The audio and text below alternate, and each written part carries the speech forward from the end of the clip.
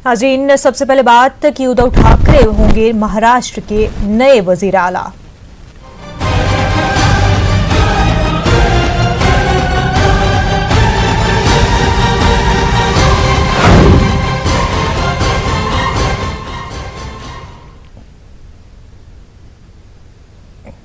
उद्धव ठाकरे की हलफबरदारी तकरीब में पीएम मोदी और अमित शाह शिरकत कर सकते हैं। जराये के मुताबिक दोनों को हलफबरदारी तकरीब में मदऊ किया जाएगा। तमाम रियासतों के वज़राए आला को भी हलफबरदारी तकरीब में शिरकत की दावत दी जाएगी। उद्धव ठाकरे की हलफबरदारी तकरीब में शिरकत के लिए सोनिया गांधी को भी मदऊ किया गया। आपको बता दें कि शिवाजी पार्क में उद्धव ठाकरे कल शाम हलफ लेंगे। बीती रात महाविकास अघाड़ी के लीडरों ने गवर्नर भगत सिंह कोश्यारी से मुलाकात की। अघाड़ी ने उद्धव ठाकरे की क़यादत में हुकूमत साजी का दावा पेश किया। आज भी उद्धव ठाकरे ने गवर्नर से मुलाकात की है।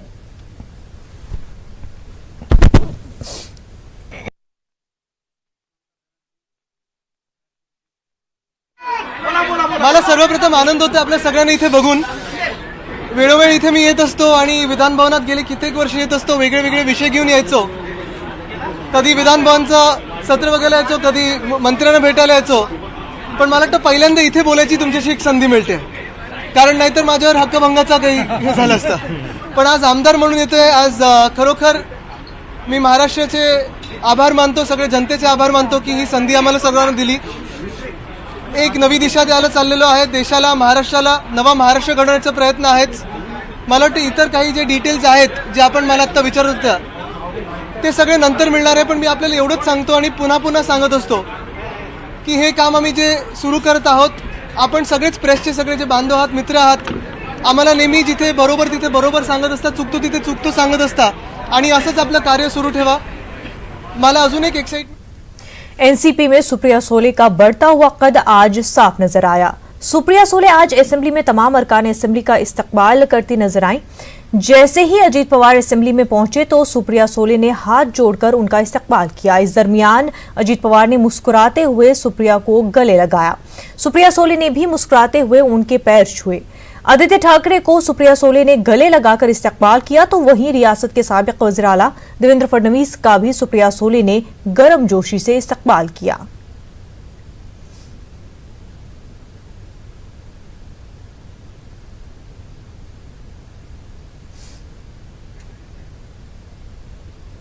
नाज़रीन, आप देख सकते हैं तस्वीरों में किस तरह से सुप्रिया ने बहुत ही गर्मजोशी से तीनों लीडरान का स्वागत किया। यहाँ तक कि अजीत पवार का भी जिस तरह से उन्होंने इस्तकबाल किया, उनके पैर छुए और आदित्य ठाकरे को गले लगाकर उनका इस्तकबाल किया। तस्वीरें आप देख सकते हैं। साथ ही साथ देवेंद्र फडणवीस का भी काफ़ी गर्मजोशी से सुप्रिया इस्तकबाल करते हुए नजर आई। महाराष्ट्र में नई हुकूमत से अवाम में काफी उम्मीदें वाबस्ता है। खासकर एनसीपी, कांग्रेस और सेना के लीडर नई हुकूमत से आकुला की तरक्की के ख्वाब देखने लगे हैं। चले, किसानों के हित में काम हो, किसान मजदूरों के हित में काम हो, आम नागरिकों के हित में काम हो, बेरोजगारी के हित में काम हो, ये हमारा लक्ष्य रहेगा 5 साल के लिए। अकोला में अजीत दादा पवार जो फाइनेंस मिनिस्टर थे, तो उनके ही 110 करोड़ रुपए जो दिए हुए थे वही विकास कामों के अंदर काम शुरू है और आगे भी विकास काम अकोला के अंदर जरूर होंगे।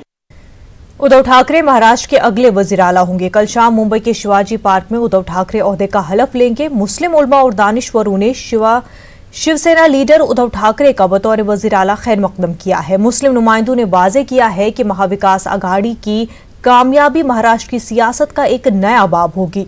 उलमा ने रियासत की अवाम की तरक्की के साथ अक़लियतों की तरक्की को भी लाजिम व मलजूम बनाने का मुतालबा किया है। तो महाराष्ट्र के तमाम महाराष्ट्र वासियों को और इस नई आने वाली गवर्नमेंट को मुबारकबादी पेश करता हूं और ये उम्मीद करता हूं कि दुआ करता हूं कि ये गवर्नमेंट महाराष्ट्र के हक में मुफीद साबित हो, यहाँ के लोगों के लिए, किसानों के लिए, गरीबों के लिए, मजलूमों के हक में मुफीद साबित हो।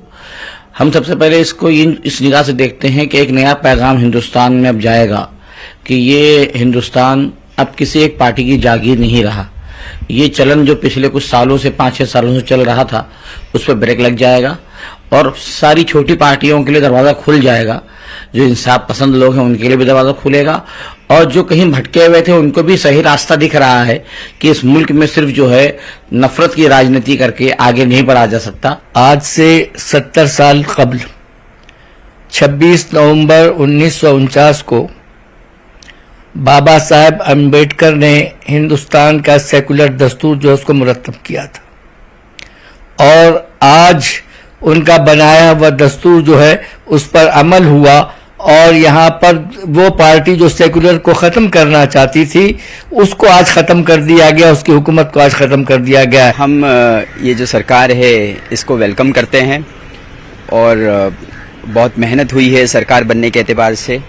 सारी जो है सेक्युलर पार्टीज़ है और जो जो जो ऊंची सोच रखती है वो लोग मिलके ये जो सरकार बना रहे हैं, हम इसका बहुत बहुत खैर मकदम करते हैं।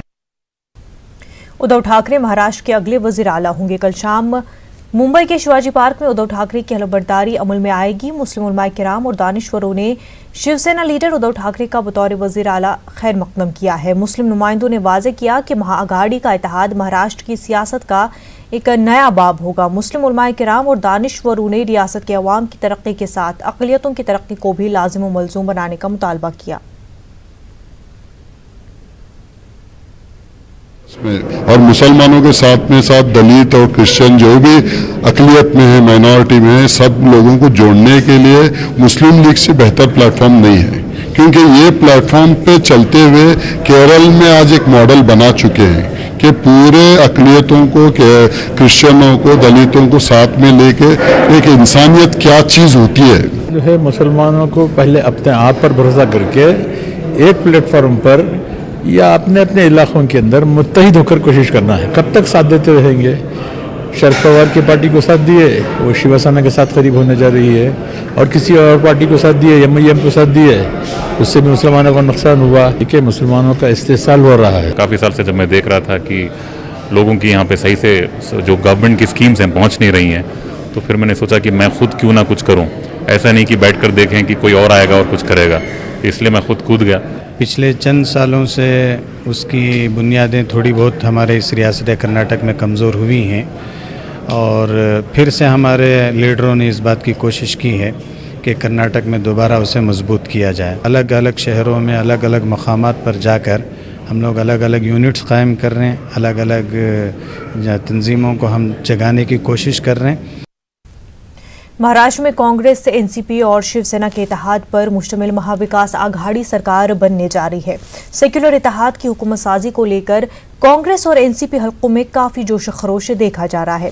शाहगंज में वाक़ई गांधी भवन के रूबरू कांग्रेस लीडरों ने आतिशबाजी और मिठाइयां तकसीम करके अपनी खुशी का इजहार किया। इस मौके पर कांग्रेस लीडरों का कहना था कि नई हुकूमत अपनी मियाद मुकम्मल करेगी और अवाम के तवक्कुआत पर खरा उतरेगी।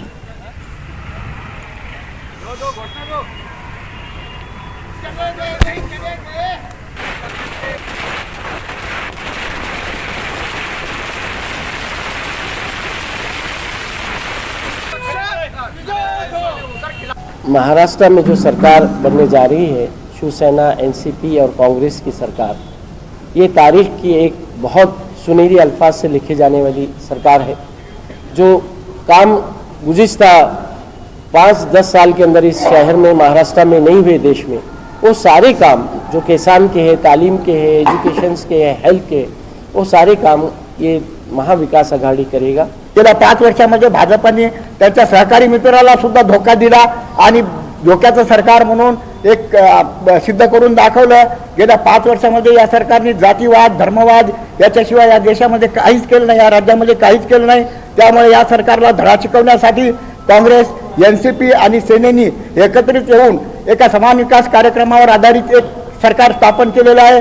हे सरकार जे आहे 5 वर्ष निश्चितपणे टिकेल। नॉर्वे में कुरान पाक की बेहुरमती के खिलाफ गम और गुस्से का इजहार किया जा रहा है। मुंबई में उलमाए किराम ने कुरान की बेहुरमती का जवाब कुरान खानी और कुरान मजीद के नुस्खों की तकसीम से किया। बेहुरमती के खिलाफ पुरअमन एहतजाज का भी एहतमाम अमल में लाया। उलमाए किराम ने बरदरान वतन में कुरान के पैगाम को आम करने और कुरान मुक़द्दस के मुतल्लिक़ अग़यार में गलत फहमियों का अज़ाला करने पर जोर दिया।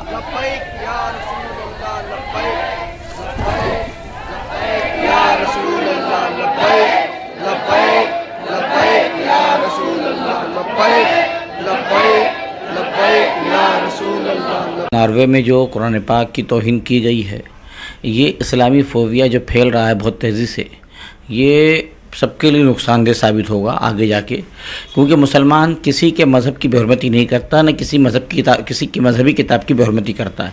हमारे यहाँ बड़ी सख्ती से ममानियत है इस बात की। कुरान पाक की जैसा तौहीन की गई है, इससे मुसलमानों के जज्बात बहुत तकलीफदेह हुई, हमारे दिल को ठेस पहुँची है, हमारे जज्बात को उभारने की कोशिश की गई है। मुसलमान सब्र से काम ले रहा है। हम सबसे पहले मुसलमानों से ये अपील कर रहे हैं कि वो कुरान को पढ़ें, कुरान को समझें और कुरान के अहकामात पर अमल करें। दूसरी बात, गैरों के सामने कुरान की असल तालीमात को पेश करें। जो लोग कुरान की तालीमात से वाकिफ़ नहीं हैं और ऐसा नफ़रत फैलाने वाली तंजीमों या सोसाइटी से जुड़े हुए हैं, उसकी वजह से ऐसे मामला पेश आते हैं। तो उसका काउंटर ये है कि हम खुद कुरान पढ़ के समझ के लोगों को बताएं और साथ ही साथ गैरों को बताएं कि भाई हमारा कुरान ऐसी कोई तालीम नहीं देता है। नफरत को बढ़ावा देने में चंद फिस्ताई ताकतें काम कर रही है और उनके असरात पूरे मुल्क की सालमियत पर पड़ रहे हैं। इसको रोकने के लिए अमन पसंद शहरियों को न सिर्फ बेदार होना पड़ेगा बल्कि मुत्तहिद होकर एक मुल्क गीर सतह पर तहरीक चलानी पड़ेगी। इन ख्यालात का इजहार महात्मा गांधी के पड़पोते तुषार गांधी ने नांदेड़ में एक जलसे से खिताब के दौरान किया। यशवंत राव चौहान की जानिब से मुनक्किदा जलसे से खिताब के दौरान उन्होंने कहा कि इक़्तिदार पाने के लिए नफरत की सियासत का सहारा लिया जा रहा है। हुजूमी तशद्दुद के बढ़ते वाक़यात उसकी एक जिंदा मिसाल है।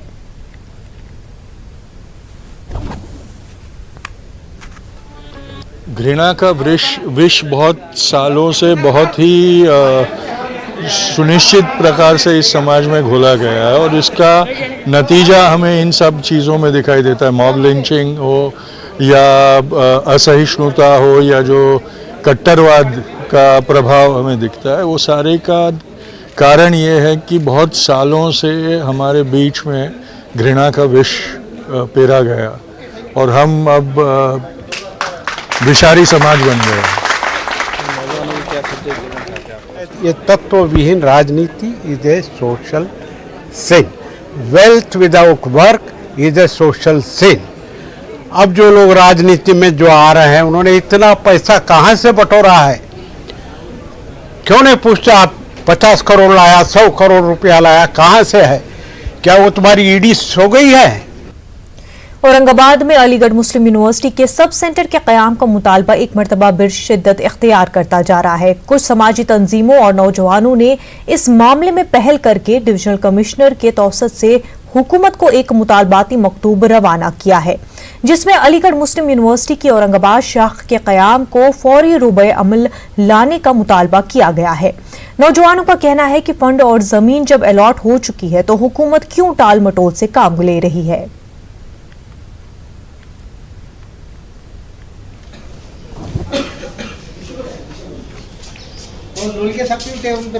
आज डिविजनल कमिश्नर ऑफिस के थ्रू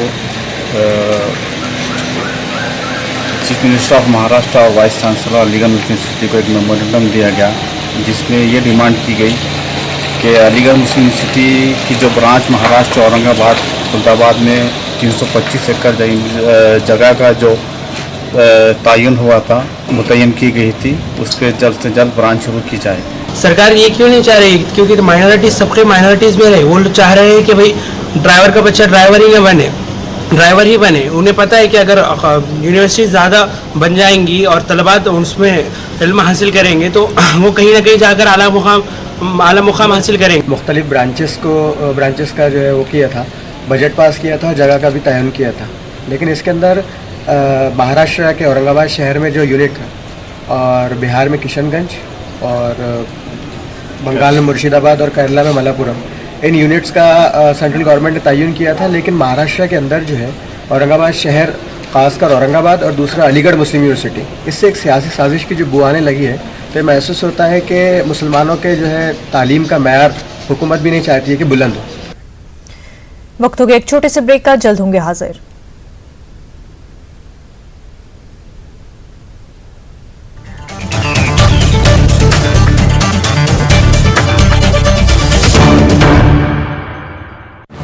हेडलाइंस के प्रायोजक सच्ची सहेली, महिलाओं के लिए सबसे भरोसेमंद औषधि एवं टॉनिक।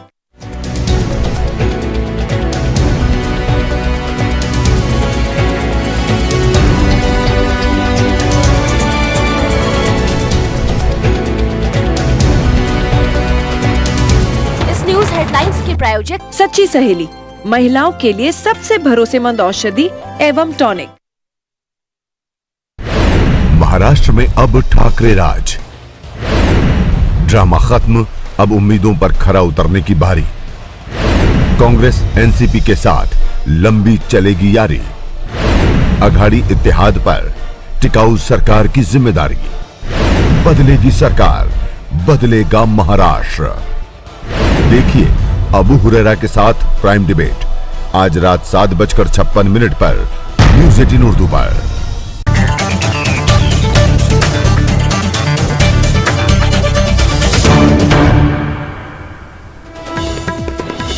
अहम सियासी पार्टियां मुसलमानों को गुमराह कर रही हैं। सियासी मैदान में मुसलमानों का इस्तेहसाल। बेंगलुरु में इंडियन यूनियन मुस्लिम लीग के लीडरों का बयान।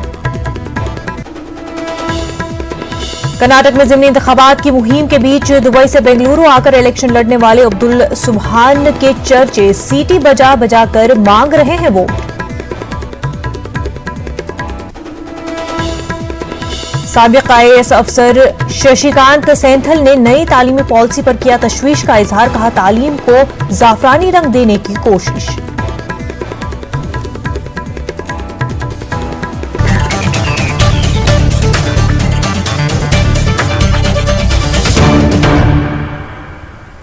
मुल्क की अहम सियासी पार्टियां मुसलमानों को गुमराह कर रही हैं। मुसलमानों का सियासी इस्तेहसाल हो रहा है। महाराष्ट्र में हो रही सियासत इसकी मिसाल है।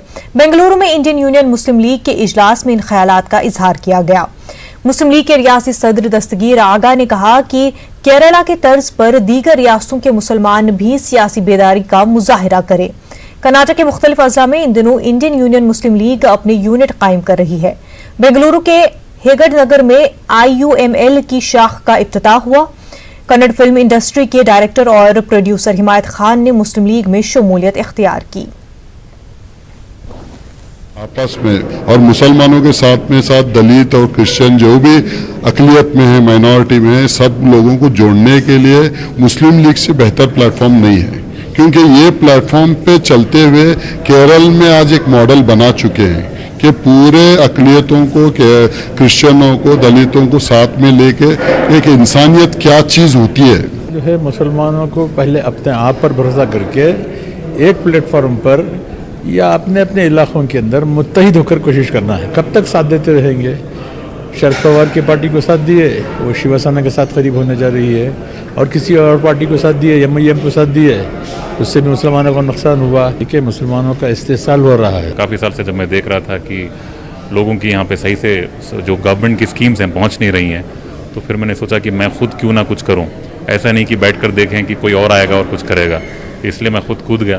पिछले चंद सालों से उसकी बुनियादें थोड़ी बहुत हमारे इस रियासत कर्नाटक में कमज़ोर हुई हैं, और फिर से हमारे लीडरों ने इस बात की कोशिश की है कि कर्नाटक में दोबारा उसे मजबूत किया जाए। अलग अलग शहरों में अलग अलग मकामात पर जाकर हम लोग अलग अलग यूनिट्स कायम कर रहे हैं, अलग अलग तंजीमों को हम जगाने की कोशिश कर रहे हैं।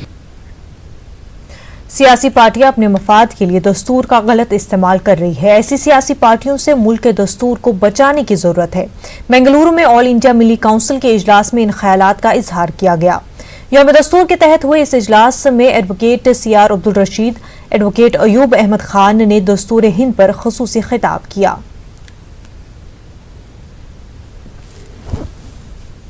हम लोग दस्तूर के तहत अपना वोट इस्तेमाल करके हमने MLS चुना, लेकिन MLS अपने मफाद के खातिर रिजाइन कर दिए, अपना मफाद के खातिर कहीं जाके छुप गए, तो इसके बाद फिर से इलेक्शन आना पड़ा। पॉलिटिकल पार्टीज जो है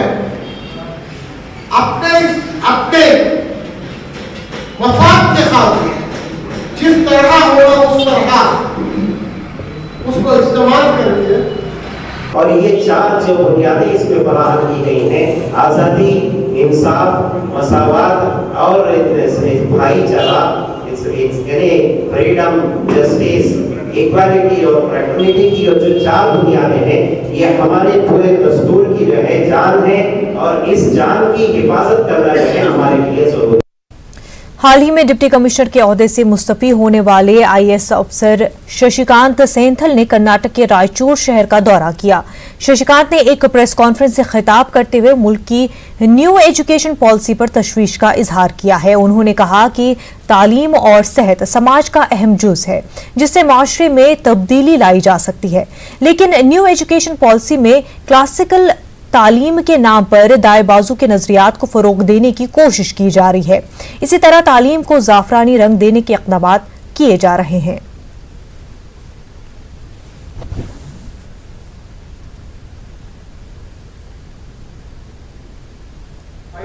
ಐಡಿಯಾಲಜಿಗೆ ವಿರುದ್ಧವಾಗಿದ್ದೀವಿ.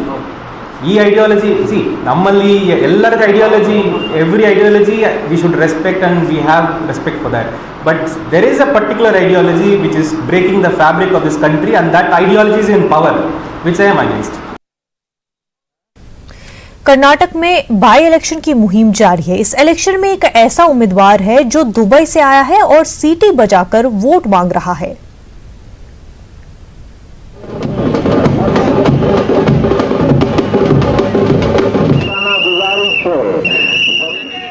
मुंबई से आया मेरा दोस्त, दोस्त को सलाम करो। आपने ये फिल्मी गीत जरूर सुना होगा, लेकिन बेंगलुरु में एक शख्स दुबई से आया है और इस शख्स का इस्तकबाल कुछ यूं हो रहा है कि दुबई से आया मेरा दोस्त, दोस्त को सलाम करो। जी हाँ, डॉक्टर अब्दुल सुभान दुबई से आकर बेंगलुरु के शिवाजी नगर में बाकायदा इलेक्शन लड़ रहे हैं, सीटी बजा बजा कर वोट मांग रहे हैं।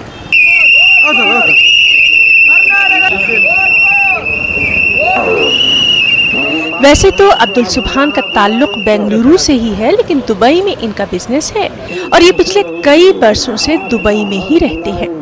अब्दुल सुभान को जब पता चला कि शिवाजी नगर में इलेक्शन हो रहा है तो उन्होंने बस कर्नाटक राष्ट्रीय समिति से अपना नाता जोड़ लिया और चुनाव में कूद पड़े। अब इनका मकसद बड़ी बड़ी सियासी पार्टियों की सीटी बजाना है।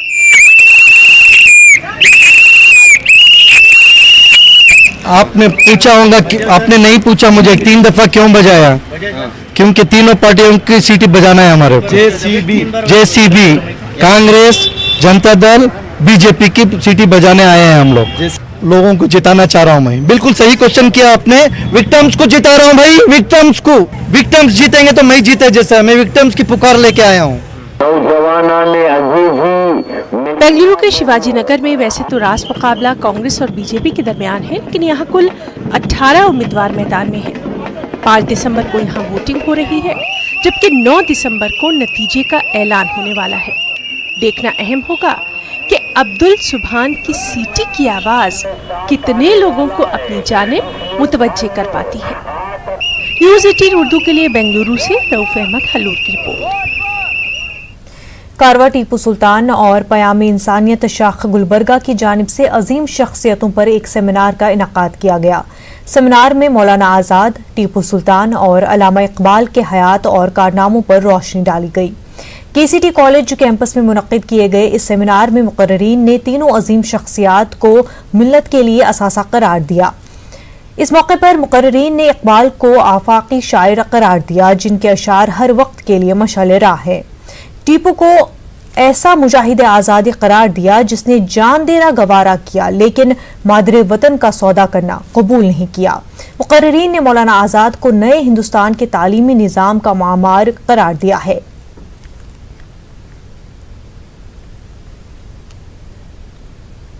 मिजाज की खूगर तबीयत आज़ाद, हवाए सैर मिसाले नसीम पैदा कर, हजार चश्म तेरी संग राह से फूटे, खुदी में डूब कर ज़रबे कलीम पैदा कर। ये आज के हालात में अल्लामा इकबाल हमको एक सबक दे रहे हैं कि हालात नासाजगार हैं, लेकिन फिर भी उम्मीद की है ना डोर, जो उम्मीद की डोर है वो हमारे हाथ से ना छूटने पाए, कोशिश पहम हो। मौजूदा हुकूमत की पार्टी है वो जानबूझकर इस किस्म के झूठे बातों को, अफवाहों को फैलाकर उनके किरदार को, उनकी जो कुर्बानियां रही हैं मैसूर स्टेट के लिए और हिंदुस्तान के लिए, उसको खत्म करना चाहती है, लेकिन ऐसा मुमकिन नहीं है। सफा बैतुल-माल गुलबर्गा शाख की जानिब से मुस्तहिक खवातीन में सिलाई मशीनों की तकसीम अमल में आई। साथ ही सफा टेलरिंग सेंटर से तरबियत हासिल करने वाली 200 से ज्यादा खवातीन में असनाद भी तकसीम की गई। इस मौके पर खवातीन के लिए सीरतुन नबी सल्लल्लाहु अलैहि वसल्लम और हमारा मुशायरा के उन्वान से एक जलसे का इनेकाद किया गया, जिसमें इस्लाम में खवातीन के किरदार, सहाबियात बिलखुसूस हजरत खदीजा रदियल्लाहु अन्हा और हजरत फातिमा रदियल्लाहु अन्हा के किरदार पर रोशनी डाली गई। सफा टेलरिंग सेंटर से तरबियत पाने वाली खवातीन की जानिब से तैयार करदा ड्रेसेस की भी इस मौके पर नुमाइश की गई। बहुत मिसालें हैं, हमें तलाक का रोना नहीं है, गुर्बत का रोना नहीं है, मसाइल को रोते बैठने से मसाइल का हल नहीं है। मसाइल का हल तो ये है कि हम एक कदम आगे बढ़ना होगा, इन सेंटरों से जुड़ना होगा और फन को सीखकर अपने बच्चियों को भी सिखाना होगा और रोजगार के जरिए से अपने निज़ाम को मजबूत करना होगा।